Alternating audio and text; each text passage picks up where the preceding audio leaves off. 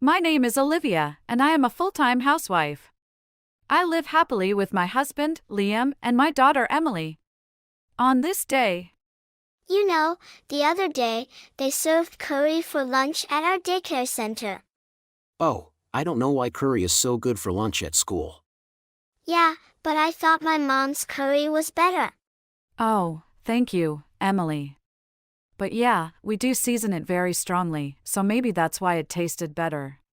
No, it's not so much that it's rich, it's more that it's deep in flavor. No matter where I eat curry, Olivia's tastes the best. Thank you both. So, shall we have curry for dinner tonight? Yay! It's my mom's curry today. Olivia, make sure you cook about 5 cups of rice. Hey, how much are you going to eat? So the three family members lived happily together. One day, we went to visit my in-laws. Mom, I'm home, sorry to bother you. Hello. Hi, mother-in-law. I'm sorry to bother you again. Hello, you three, we've been waiting for you. Grandma, let's have a lot of fun today. Emily, you're so energetic, let's have a lot of fun with your grandma. Mother-in-law was a kind and gentle person, and we had a good relationship. Emily also loved her mother-in-law and looked forward to seeing her every time we met. Then her sister-in-law, Susan, came down from upstairs. Oh, hi, Susan. Damn, you are so loud this early in the morning. It's past noon. It doesn't matter. Hey, Susan, you don't have to talk like that. Susan, you're more annoying than Grandma, aren't you? Shut up. It's not my fault. Just shut up. Hey, I'm not done talking yet. It's okay, Liam, let's just leave it alone.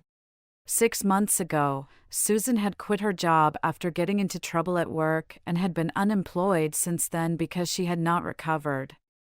Recently, she seemed to be hitting the mother-in-law more often, and I was worried about the mother-in-law.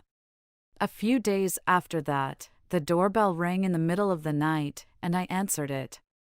Good evening, sorry to call you at this time. Oh, mother-in-law. What is it, at this hour? And don't you look awfully tired? I'm sorry to bother you so suddenly, but could you just let me stay here for one night? Susan kicked me out of house. What? Anyway, please come up to the house, and I'll get you something hot right away. Thank you, Olivia. When I opened the front door, I found an emaciated mother-in-law standing there. Sensing that this was no ordinary occasion, I invited my mother-in-law in and offered her a nightcap and some hot tea. So, what happened? It's been 6 months since Susan left her old job, right? So I told him to work for a good while, even though she had been holding back until now. Then she started throwing things at me, saying, "You don't even know how I feel," and then she told me to leave. Yes. Oh no. Are you hurt? Yes, luckily nothing hit me. But I didn't know what they would do to me, so I did what they said and came out. I brought the bare minimum, but they said don't come back. Hey, don't come back, she's crazy. I'm staying in a hotel for a while from tomorrow, and I need to find an apartment. Well, I'm sorry, but would you mind if I took care of you just for tonight? Would you like to come and live with us, and not just for tonight? What? No, that's not a good idea. Olivia, thank you, I agree, Emily will be happy. Mom, come stay with us. Oh yes. While we're here, why don't we take the opportunity to build a new house and move in? That sounds great. If mother-in-law comes with us, Wait.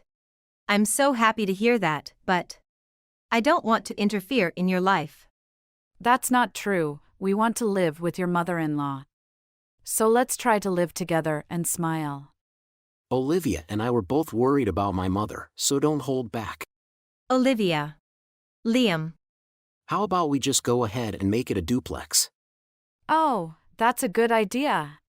Both of you. Thank you. If you want to make it a 2-family house, I'll be happy to help you.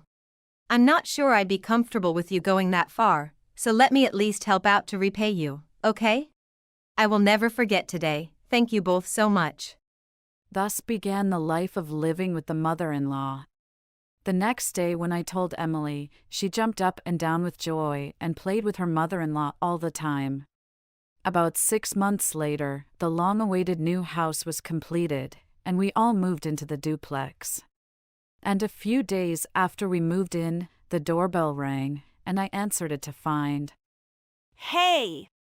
What are you doing moving in next door like that? It's not polite to yell at me out of the blue, so who are you? I don't know who you are. You remember my face. I'm your sister-in-law, Susan. I was just wondering why you guys are moving in when you have a new, fancy house next door. We just happened to buy this property when it was on sale. It's a good deal because it's in the same neighborhood and you don't have to live in the same neighborhood. Don't be silly! Why did you have to move all the way next door to us? And you're the one spreading false rumors about me in the neighborhood. That's really rude. We didn't lie to you. Everything we said was true. Facts. What facts did you tell them? Why are you treating me like I'm some kind of villain? Oh, I took my mom around the whole neighborhood to say hello to the people who were moving in. They asked me a lot of questions back then, and well, I had nothing to hide, so I told them everything. I guess it got around, and it got around, don't you know? It's not, don't you know, what are you doing to me? The kids in the neighborhood were pointing and giggling at me. Hey, what do you think I did after that? I went home and cried. You enjoy making me look bad. You have good taste. Oh, not as much as you, okay? We're not going to take it out on mother-in-law and make her suffer all the time. Don't be silly. You mean you've been going around telling people that? That's no way to get a dick or anything. What are you going to do with my life from now on? We actually built our new house on a vacant lot right next to my in-laws' house. Our neighbors would have thought it strange that we would leave our house behind and go to the trouble of building a new duplex and moving in.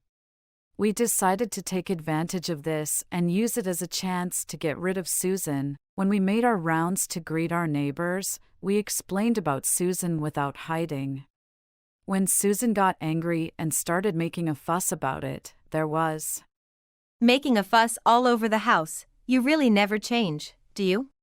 I watched over you, hoping that one day you would get back on your feet. Enough of taking advantage of others. I am not spoiled.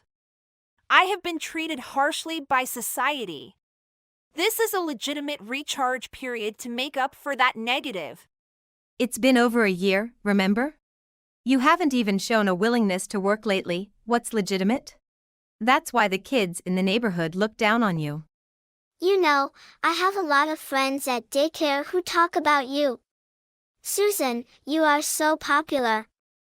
I'm not happy about being popular. Because of you, I can't leave this house. Don't blame others. It's your fault that you're stuck in this house, fooling around.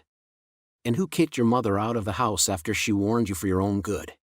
You're so selfish. That's what's wrong with you more than anything else. Well, it seems like you gave mother-in-law a hard time before you kicked her out.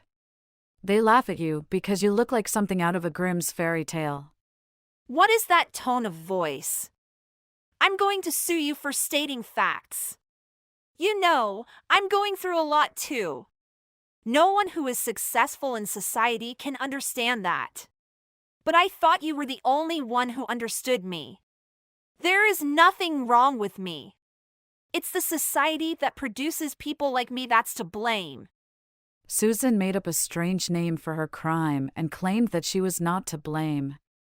Then the mother-in-law, listening to this, quietly opened her mouth and, Indeed, if society is like that, you may be right. It's just that you were fired from your job for having an affair, wasn't it? What? Infidelity. I heard you got fired, so I felt sorry for you. I can't believe you actually had an affair with a married man at work. Wait a minute.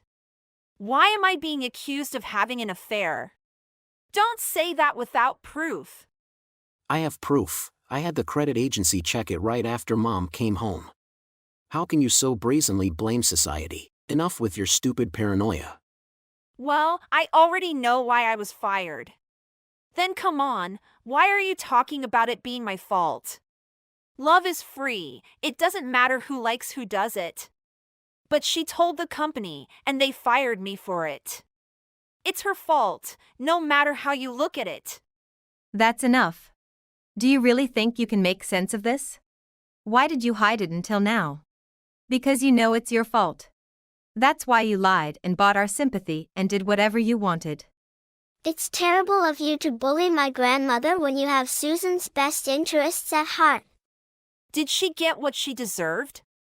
If she hadn't noticed, we'd all be happy. Even if she had found out, we wouldn't all be unhappy if she had kept her mouth shut. You know what? She made everyone around her unhappy for her. Now it's her fault. How can you think it is not her fault? How can she not think that she was the one who sowed the seeds of unhappiness in the first place?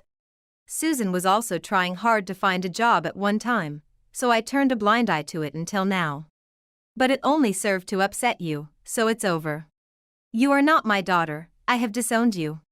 And I want you out of this house. What? Huh?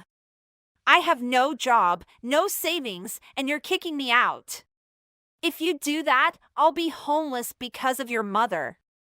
You know what? It's your fault that you got fired, and it's also your fault that you couldn't keep looking for a job. For God's sake, stop blaming everything around you like that. Susan, you know I'm going to cut you off from me too.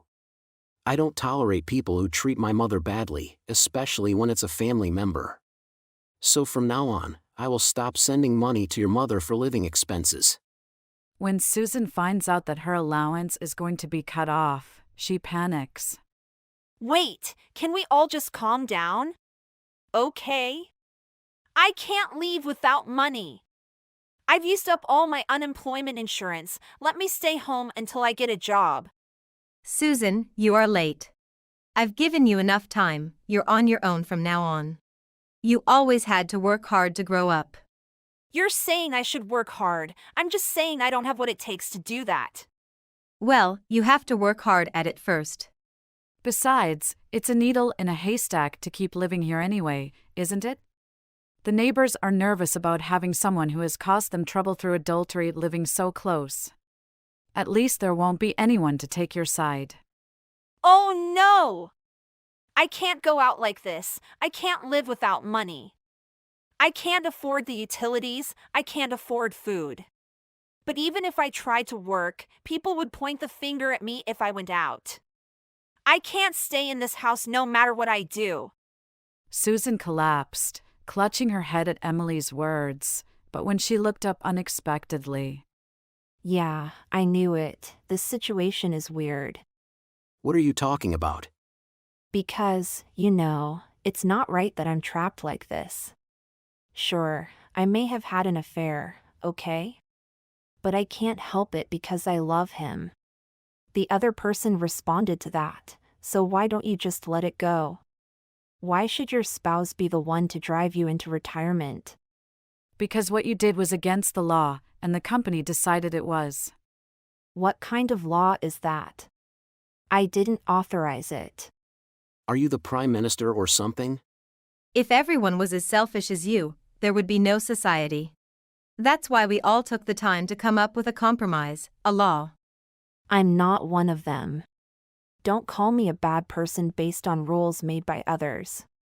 You're making too much noise. I don't know what kind of affair you had. If you're single as a result, that means the man chose his wife, right? If the love affair is free, then you lost to the other man's wife. Oh, I know that. It's called losing the game. Loser, howler, you don't have to say that much. It's your fault if you don't realize it until you're told so much.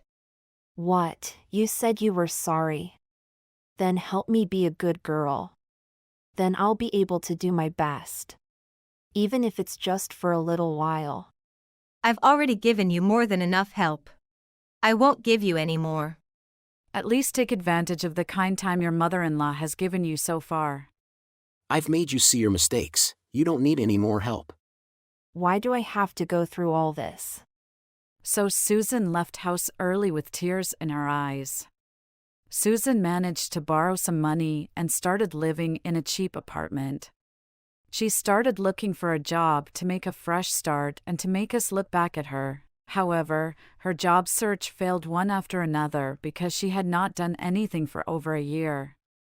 Finally, the deadline to pay off her debt came, and she cried and started working part-time as a day laborer. However, the part-time job she was able to get was in traffic maintenance at night. The pace of her job search slowed dramatically. As a result, Susan lost her desire to find a job. She continued to work part-time just to get through the day. She spent his days tasteless and odorless, working part-time just to get through the day.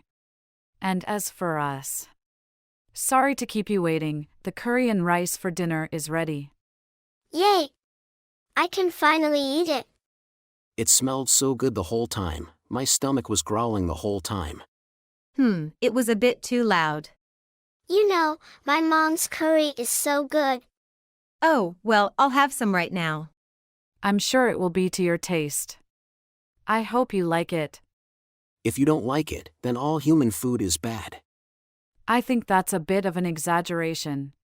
I see, you put sauce, ketchup, and honey in as a secret ingredient, right? Yes. That's a lot. Wow!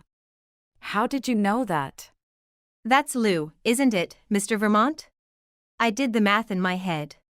Wow, what a technique. You can cook anything you want in your head. If it's the same ingredients and spices you often use, I can do it too, right? Oh wow.